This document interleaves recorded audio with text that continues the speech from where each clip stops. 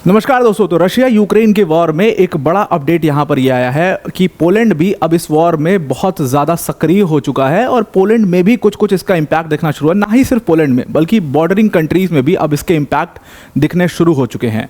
Lithuania जैसी countries में उनके जो मीडिया आउटलेट्स हैं उन्होंने एक पूरी खबर चलाई रशिया को लेकर के। दूसरी तरफ पोलैंड में पूरी तरीके से आपने जेट्स को उड़ते हुए देखा, कल रात को स्क्रैम्बल्ड जेट्स देखे वहाँ पर।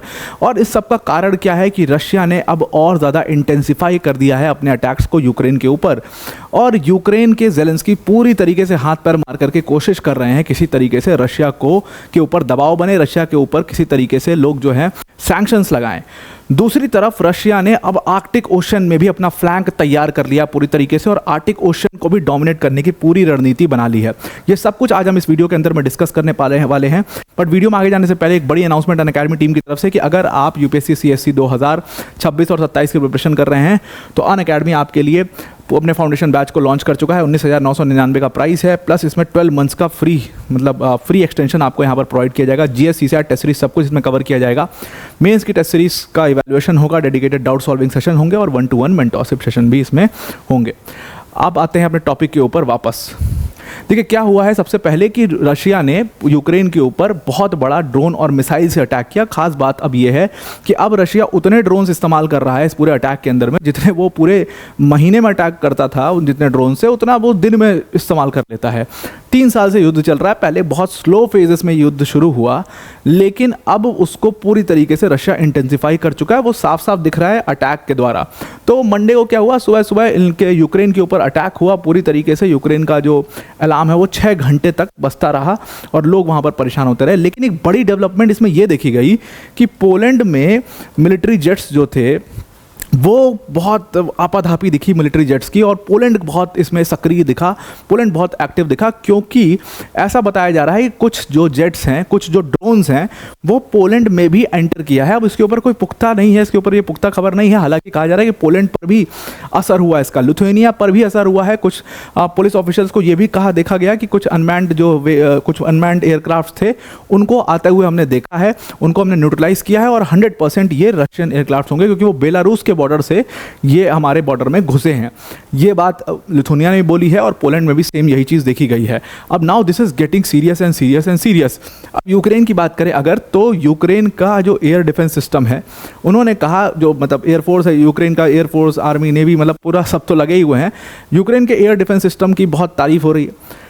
बात यह है कि कहा जा रहा है कि 324 ड्रोन्स टोटल अटैक किया था रशिया ने और 309 ड्रोन्स को शॉट डाउन कर दिया गया, जैम कर दिया गया। 7 मिसाइल से रशिया ने अटैक किया था, 7 में से 2 मिसाइल्स को उन्होंने शॉट डाउन कर दिया, लेकिन बाकी मिसाइल्स ने हिट किया। और इसीलिए सेंट्रल यूक्रेन में खास तौर से और भी यूक्रेन के रीजन्स में आपको खूब एक्सप्लोजन सुनाई दिए हैं। कितने लोग इसमें मारे गए हैं इसके ऊपर अभी कोई पुख्ता जानकारी नहीं है। हालांकि बहुत बड़ी मात्रा में लोग इसमें घायल हुए हैं। 10-20 लोग का तो अभी न्यूज़ आ रही थी कि इतने लोग घायल हुए हैं और वो बढ़ता ही चला जा रहा है। उसके ऊपर कुछ कह पाना मुश्किल। और फिर थोड़ा सा गवर्नमेंट भी आपको पता है कि कट डाउन करके फिगर दिखाने की कोशिश करती है। लेकिन एक्चुअल में जो अटैक था वो खेमेलनाइट्स की रीजन है यूक्रेन के अंदर में, वहाँ पर जो एयरफील्ड था उसके ऊपर रशिया अटैक करना चाह रहा था। बताया जा रहा है कि उस अटैक को नहीं होने दिया गया है। तो यूक्रेन का इस समय पोजीशन बहुत ज़्यादा डेस्परेट पोजीशन हो चुका है।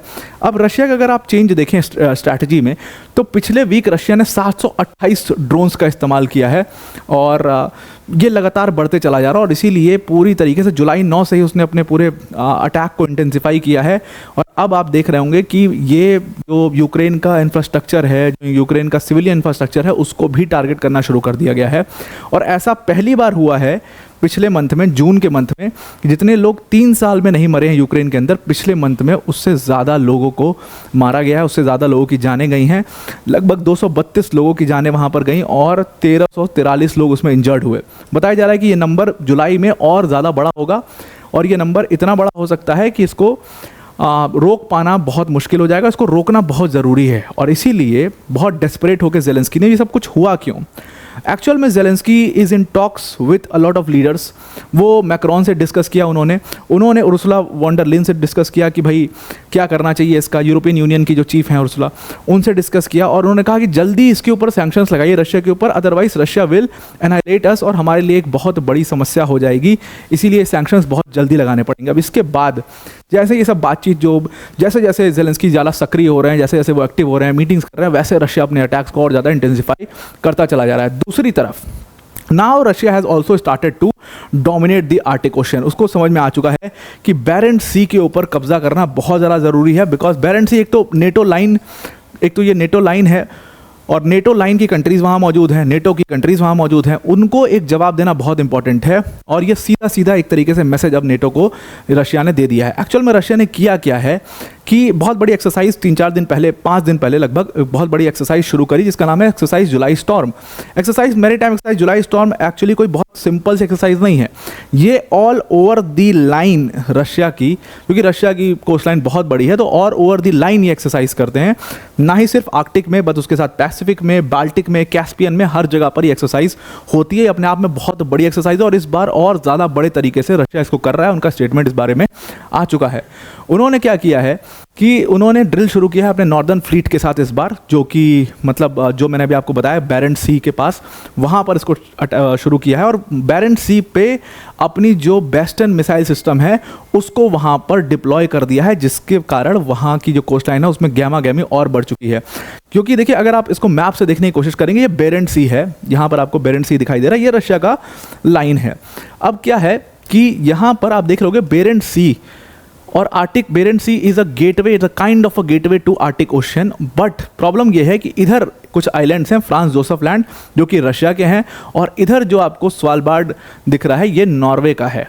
अब नॉर्वे आपको पता ही है किस ब्लॉक की कंट्री है, तो यहाँ पर अगर इस तरफ हमें आर्टिक ओशन में एंट्री चाहिए बेरेंट सी के थ्रू, क्योंकि रशिया को बेरेंट सी के थ्रू सीधा सीधा आर्टिक ओशन में एक्सेस मिलता है, तो सबसे बड़ी प्रॉब्लम है कि उसको इस पैसेज के ऊपर रशिया को किसी तरीके से डोमिनेट करना होगा। और ये डोमिनेट तभी हो सकता है जब रशिया अपनी कोस्ट लाइन के पास, अपनी पूरी कोस्ट लाइन के पास बैस्टियन मिसाइल सिस्टम बिछा दे। और वही काम एग्जैक्टली रशिया ने किया है। उसने बैस्टियन मिसाइल सिस्टम बिछा करके उन वाटर्स को डोमिनेट करने की कोशिश स्टार्ट कर दी है, खासतौर से फ्रांस जोसेफ लैंड के करीब, और वहाँ पर उस पूरे एरिया में उसने अपना बैस्टियन मिसाइल सिस्टम बिछा दिया है। बैस्टियन मिसाइल सिस्टम्स एक्चुअल में they are very elite kind of missile systems, और ये बहुत ज़्यादा पावरफुल है अपने आप में। अगर इसको डिप्लॉय किया है रशिया ने उस जगह पर, उस पर्टिकुलर जगह पर, बेरेंट सी वाली पर, इसका मतलब है कि something big is also happening in the Arctic Ocean as well. And this is a direct message to the NATO countries कि भाई अब हम आर्टिक ओशन पर पूरी तरीके से डोमिनेट करेंगे। जैसे तुम पैसिफिक पर यूएस ने अपना एक वर्चस्व जैसा बना रखा है, वैसा हम आर्टिक ओशन पर बनाएंगे। That is the need of the hour. ये मैसेज एकदम क्लैरिटी से पुतिन ने अब उनको दे दिया है। तो आई आपको ये पूरा आर्टिकल समझ में आ गया होगा। वीडियो को एंड करने से पहले अनअकैडमी टीम की तरफ से एक बड़ी अनाउंसमेंट है कि अगर आप सिविल सर्विसेज जैसे टफ डिफिकल्ट एग्जाम की प्रिपरेशन कर रहे हैं, एसएससी जैसे डिफिकल्ट एग्जाम की प्रिपरेशन कर रहे हैं, एक बड़ा बी ऑप्शन आपको यहाँ पर मिला है। IBACIO में 3700 से ज़्यादा वैकेंसीज आई हैं इस साल। अगर आप इस एग्ज़ाम की प्रिपरेशन एकदम सधे हुए तरीके से करना चाहते हैं तो संकल्प बैच आप ज्वाइन कर सकते हैं। सारे दिग्गजों को जुटा करके बैच बनाया गया है और इसमें सारे सब्जेक्ट्स को आपको बहुत प्लान तरीके से पढ़ा दिया जाएगा। 24,999 का इसमें कोर्स का प्राइस है। 300+ घंटे की इसमें क्लासेस होंगी, 10 ऑनलाइन टेस्ट होंगे, हिंदी और इंग्लिश दोनों में आपको ये टेस्ट मिल जाएंगे, प्लस क्लास नोट्स मिलेंगे, प्लस के साथ 12 मंथ्स का जो पूरा करंट अफेयर्स है वो भी आपको मिल जाएगा। इस बैच की लिंक हमने डिस्क्रिप्शन में दे दी, उस लिंक पर क्लिक करके आप इस बैच को ज्वाइन कर सकते हैं। तो आपको पूरा आर्टिकल समझ में आ गया होगा। आज के लिए इतना ही। Thank you and have a nice day.